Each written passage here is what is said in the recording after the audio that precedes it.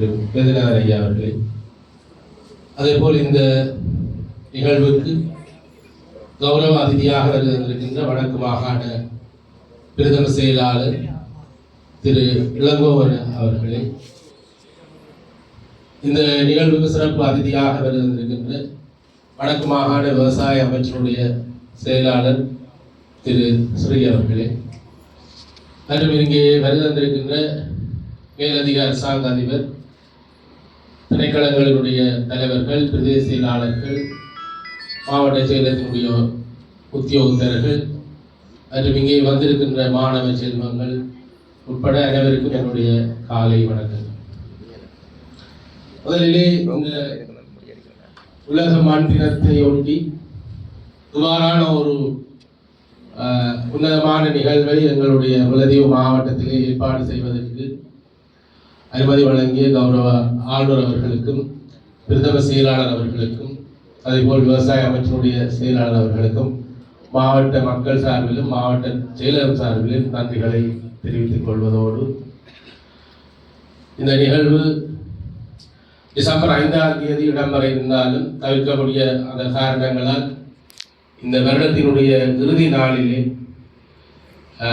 ஒரு முக்கியமான நாள் இன்றைக்கும் இந்த நாளிலே இங்கே நடாத்துவதற்கும் அனுமதி தந்து இந்த நிகழ்வுக்கும் வருகின்ற கௌரவ ஆளுநர் அவர்களுக்கும், பிரதம செயலாளர் அவர்களுக்கும், அதேபோல் எங்களுடைய அமைச்சருடைய செயலாளர் அவர்களுக்கும் நன்றிகளை கூறி, இந்த உலக மண் தினத்தினுடைய பின்னணி உங்கள் எல்லோருக்கும் தெரியும். இன்று இந்த இயற்கை சார்ந்து பல தினங்கள் ஒவ்வொரு வருடத்திலையும் கொண்டாடுகின்றனர். முக்கியமாக உலக பூமி தினம், மண் தினம், நீர் தினம், இப்படி கிட்டத்தட்ட 8 தினங்கள் ஐக்கிய நாடுகள் சபையாலும் ஐக்கிய நாடு சார்ந்த நிறுவனங்களாலும் அனுஷ்டிக்கப்படுகிறது. இவ்வாறு இந்த தினங்கள் அனுஷ்டிப்பதனுடைய நோக்கம், அது எந்த தினமாக இருக்கின்றதோ அந்த தினம் தொடர்பான கருப்பொருளுக்கு ஏதோ ஒரு சவால் அல்லது ஆபத்து ஏற்பட்டதுதான் காரணமாக இருக்கும். அல்லாவிட்டால் இது ஒரு கொண்டாட்டம் அல்ல, இது ஒரு அனுஷ்டிப்பு, ஒரு விழிப்புணர்வு ஊட்டுகின்ற ஒரு நிகழ்வாக இருக்கு. அந்த வகையில் இந்த மண் தினம் என்பது 2013ஆம் ஆண்டு FAO நிறுவனத்தினுடைய ஒரு பரிந்துரையிலே இந்த மண்ணின் தொடர்பான விடயங்களுக்காக தன்னை அர்ப்பணித்த தாய்லாந்து மன்னராக இருந்த பூமிபால் அவர்களுடைய பிறந்த தினத்திலே உலகம் முழுவதும் 2014ஆம் ஆண்டிலிருந்து இது அனுஷ்டிக்கப்பட்டு வருகிறது. ஒவ்வொரு வருடமும் ஒவ்வொரு கருப்பொருளை கொண்டு இந்த பூமி தினம் அனுஷ்டிக்கப்படுகிறது. முக்கியமான விடயம், இந்த மண் எங்களுடைய உயிரிலும் மேலானது. எங்கள் எல்லாத்துக்கும் மண் தான் மிக முக்கியமானது. மண் சார்ந்து பல சவால்கள் எங்களுக்கு எழுந்திருக்கின்றது. மண்ணிலே நீர், மண்ணிலே செய்கின்ற பயிற்சிகை உட்பட எத்தனையோ விடயங்களிலே நஞ்சு கலந்து அது மனிதனுடைய எதிர்கால வாழ்க்கைக்கும் எதிர்கால இருப்புக்கும் கூட சவாலாக ஏற்பட்டிருக்கு. அந்த வகையில் இந்த மண்ணை பாதுகாக்க வேண்டிய மிகப்பெரிய பொறுப்பு இந்த மனித குலத்துக்கு இன்று எழுந்திருக்கின்ற ஒரு நிலையில் தான் இந்த மண் தினம் அனுஷ்டிக்கப்படுது. நான் நினைக்கின்றேன், இலங்கையிலே இந்த மண் தினம் முல்லைத்தீவை பொறுத்தவரையிலே மிக முக்கியமானது. அதுவும் வடமாகாணத்தை பொறுத்தவரையிலே முல்லைத்தீவு மாவட்டம் வடமாகாணத்திலே பெரு நிலப்பரப்பை கொண்டது. எல்லாரும் சொல்லலாம் முல்லைத்தீவு மாவட்டம் பெரிய நிலமான சனத்தொகை குறைவு. நான் நினைக்கின்றேன் சனத்தொகை கூடின மாவட்டம் முல்லைத்தீவு. சனத்தொகை வேண்டதுக்கு கணக்கு வரவில்லை இல்லை. உயிரினங்கள் தனிய மனிதர் மட்டுமல்ல, எத்தனையோ மரங்கள், இங்கேதான் மரங்களே கூட. நாளைக்கு முல்லைத்தீவு மாவட்டத்தில் 69 வீதம் காடு. இப்போ மரங்கள் இருந்தால் அதுக்குள்ள எத்தனையோ உயிரினங்கள் இருக்கு. வெங்கட மாவட்டத்தில் தான் யானை இருக்குது, குரங்கு இருக்குது, சிறுத்தை கூட இருக்கு. எத்தனையோ உயிரினங்கள் இருக்கிற ஒரு மாவட்டமாக இருக்கின்ற இந்த முல்லைத்தீவு மாவட்டத்துக்கு இந்த மண் தினம் மிக முக்கியமானது. அந்த வகையிலே இந்த ஆண்டிலே இந்த மண் தினத்தை இந்த முல்லைத்தீவு மாவட்டத்திலே அனுஷ்டிப்பதற்கு எங்களுக்கு கிடைத்த வாய்ப்பை விட்டு நாங்கள் மகிழ்ச்சி அடைகின்றோம். அதற்காக மீண்டும் ஒரு முறை எங்களுடைய கௌரவ ஆளுநர் அவர்களுக்கும், பிரதம செயலாளர் அவர்களுக்கும், விவசாய அமைச்சருடைய செயலாளருக்கும் நன்றி கூறுவதோடு, இந்த முல்லைத்தீவு மாவட்டத்தில் இந்த மண் தினத்தை ஒட்டி நாங்கள் சில விடயங்களை செயற்படுத்தி இருந்தோம். மாகாண விவசாய அமைச்சினுடைய கலந்துரையாடல் மிக முக்கியமாக இவ்வாறான தினங்கள் வந்தாலே 2-3 விடயங்கள் இடம்பெறும். மிக முக்கியமான ஒரு விடயம், இந்த நான் ஏற்கனவே கூறியது போல் இந்த இயற்கைக்கு ஏற்பட்டிருக்கின்ற இந்த சவால்களை எதிர்கால சந்ததியினர் தான் எதிர்கொள்ள இருக்கின்றனர்.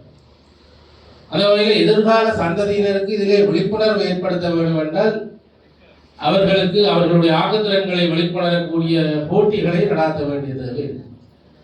அந்த போட்டிகள் அவர்களுக்கு அந்த விடயங்கள் தொடர்பான ஆழமாக மனதிலே பதிவதற்குரிய தேடலையும் பதிவதற்குரிய ஆற்றல்களையும் அவர்களுக்கு உருவாக்குகிறது. அந்த வகையிலே இந்த உலக மண் தினத்தை ஒட்டி பாடசாலை மாணவர் மத்தியிலே நாங்கள் 2 வகையான போட்டிகளை நடாத்தி இருந்தோம். ஒன்று போஸ்டர் காம்படிஷன், சுவரட்டி சித்திரம் வரைகள், அதே போல் பேச்சு, ஒவ்வொரு பிரிவாக பிரித்து அந்த போட்டிகளையும் நடாத்தியிருந்தோம். இதனுடைய மிக முக்கியமான நோக்கம் அந்த இளம் சந்ததியினர் இந்த விடயங்களிலே, என்றால் அவர்களுடைய தான் இந்த மண்ணும் எதிர்காலம்.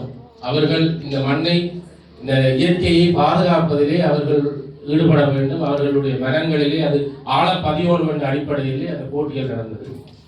மிக ஆர்வமாக மாணவர்கள் பங்கு பெற்றினதை நாங்கள் மகிழ்வோடு பார்க்கக்கூடிய வாய்ப்பு கிடைத்தது. அந்த வகையில் இன்னொரு விடயமாக இந்த முல்லைத்தீவு மாவட்டத்திலே எங்களுடைய முன்னாள் அரசாங்க அதிபராகவும் தற்போதைய கௌரவ ஆளுநராகவும் இருப்பவர் நீண்ட காலம் இங்கே ஒரு அரசாங்க அதிபராகவும் இருந்த வகையில் எங்களுடைய மண்ணை நன்கு நேசித்தவர், நன்கு அறிந்தவர். அந்த வகையில் இந்த முல்லைத்தீவு மாவட்டத்திலே பல விடயங்களிலே நாங்கள் பின்தங்கி இருக்கின்றோம். முக்கியமாக எங்களுடைய வாழ்வாதாரம் விவசாயத்தையும் மீன்பிடியையும் சிறு தொழிலையும் மையமாக கொண்டது. நாங்கள் விவசாயத்திலே பல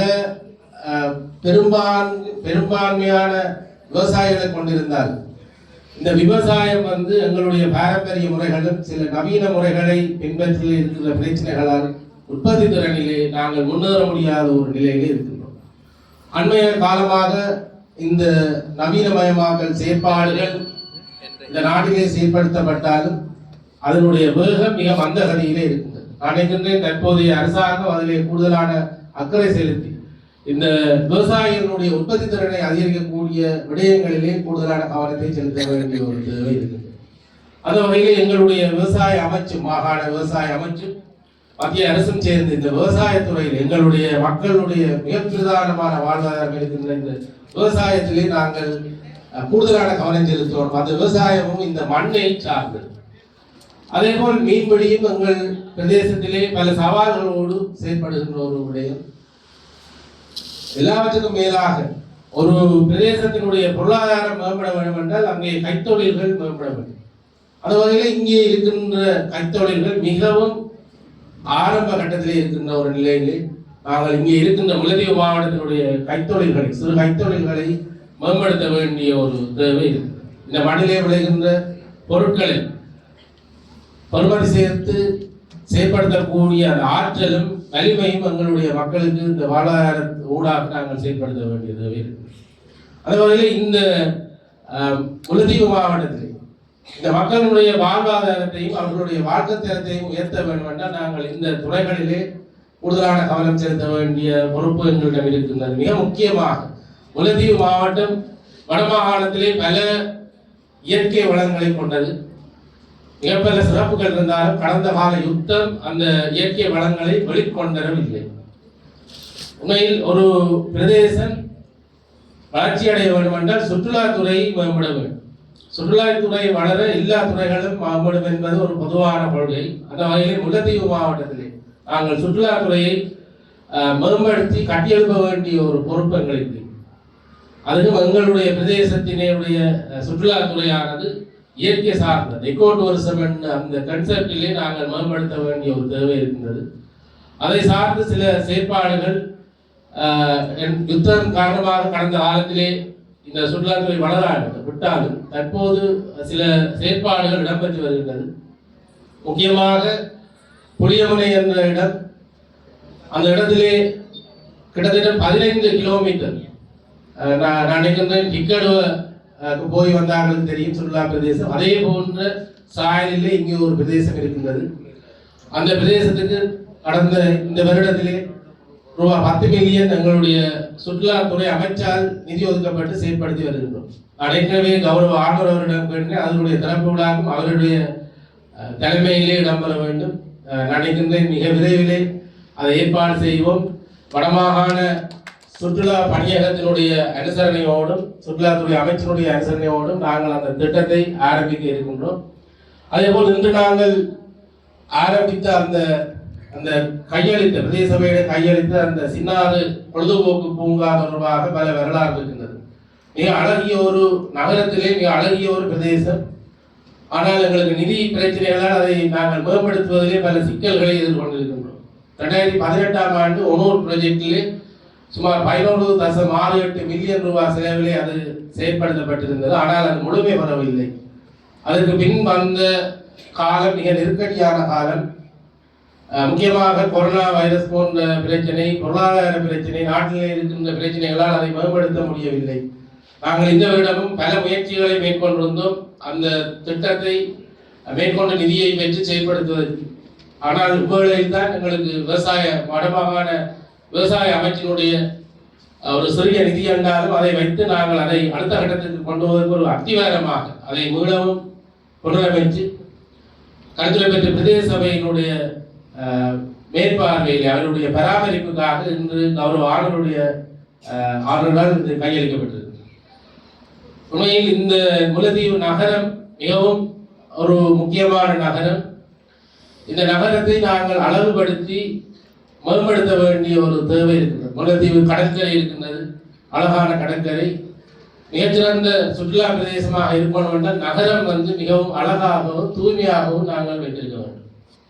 அந்த வகையில் இந்த செயற்பாடை நாங்கள் எதிர்காலத்திலே முன்னெடுப்பதற்கு நான் கௌரவ ஆளுநருடன் ஒரு வேண்டுகோளை விடுக்கின்றேன். எங்களுடைய சுற்றுலா பணியகத்தினுடைய இயன்ற அளவுக்கு நிதி அளிப்பை வழங்கு ஏற்கனவே அவர்களுடைய நிதிகள் எங்களுக்கு கிடைத்தால் எதிர்காலத்திலும் அந்த நிதிகளை கொண்டு இந்த நகரத்தை அழகுபடுத்துவதற்கு உங்களுடைய ஒத்துழைப்பை வேண்டி இவ்வாறான ஒரு செயற்பாடுகளுக்கு எங்களுக்கு ஒத்துழைப்பு வழங்குகின்ற கருத்துரை பெற்று பிரதேச சபை, அதேபோல் உள்ளூராட்சி உதவி ஆணையாளர் அவர்களுடைய உத்தியோகர் எல்லோருக்கும் மிக அர்ப்பணிப்போடு அந்த பிரதேசத்தை அழகுபடுத்தி தூய்மையாக வைப்பதற்கு உரிய செயற்பாடுகளை செய்து அவர்களுக்கும் இந்த இடத்திலே நாங்கள் நன்றிகளையும் பாராட்டுகளையும் தெரிவிக்க வேண்டும். மிகவும் மழை இருந்த போதும் அவர்களுடைய பணியாளர்கள் இந்த செயற்பாடுகளை செய்ததற்காக எல்லோரும் சார்பில் நன்றிகளை தெரிவித்து இந்த இன்றைய தினம் இந்த உலக மண் தினத்தை ஒட்டி இடம்பெறுகின்ற இந்த தினத்திலே எங்களுடைய முல்லைத்தீவு மாவட்டத்தில் எங்களுடைய மக்களுடைய எதிர்கால வாழ்வாதாரத்துக்கும் அவர்களுடைய எதிர்கால சுபீட்சத்துக்குமாக இந்த நாளிலே நாங்கள் அரசாங்க உத்தியோகர்கள் அடிப்படையிலே உறுதி பூணுவோம் என்றும் கேட்டுக்கொண்டு நான் நினைக்கின்ற நாளை ஆரம்பிக்கின்ற அந்த கிளீன் ஸ்ரீலங்கா என்ற திட்டம் அரசாங்கத்தினுடைய 3 திட்டங்கள், ஒன்று கிராமிய வறுமை ஒழிப்பு, வேறது அரசாங்க துறையை டிஜிட்டல் மயமாக்குதல், 3வதாக இருக்கின்ற அந்த கிளீன் ஸ்ரீலங்கா என்ற திட்டம் நாளையில் இருந்து மிக சிறப்பாக செயற்படுத்துவதற்கு முல்லைத்தீவு மாவட்டம் முழுமையாக ஒத்துழைப்பு வழங்கும் என்ற ஒரு செய்தியையும் கௌரவ ஆளுநர்களுக்கும் செயலாளர்களுக்கும் தெரிவித்து அந்த கிளீன் ஸ்ரீலங்கா என்ற சொல்லிலே பல அர்த்தங்கள் இருக்கின்றது. அதிலே சுந்தரவா வைத்திருக்கிறது ஒரு அங்கமாக இருந்தாலும் அது பெரிய ஒரு பரந்த கருத்தை கொண்டது. நான் நினைக்கின்றேன் கிளீன் ஸ்ரீலங்கா என்பது எங்களுடைய நாட்டில் இருக்கிற அனைத்தையும் துடைத்து வளைத்து ஒரு தூய்மையை படுத்தக்கூடிய ஒரு திட்டமாக அது எதிர்காலத்தில் அமையும். அந்த விடயத்துக்கு நாங்கள் எல்லோரும் முழுமையான ஒத்துழைப்பை வழங்குவோம் என்று கூறிக்கொண்டு இந்த நிகழ்வுக்கு வருகின்ற கௌரவ ஆளுநர் அவர்களுக்கும் பிரதமர் செயலாளர் அவருக்கும் அதேபோல் விவசாய அமைச்சருடைய செயலாளர் அவர்களுக்கும் இங்கே வருகின்ற அனைத்து உத்தியோகத்தர்களுக்கும் நன்றி கூறி விடுவதற்கு நன்றி வணக்கம்.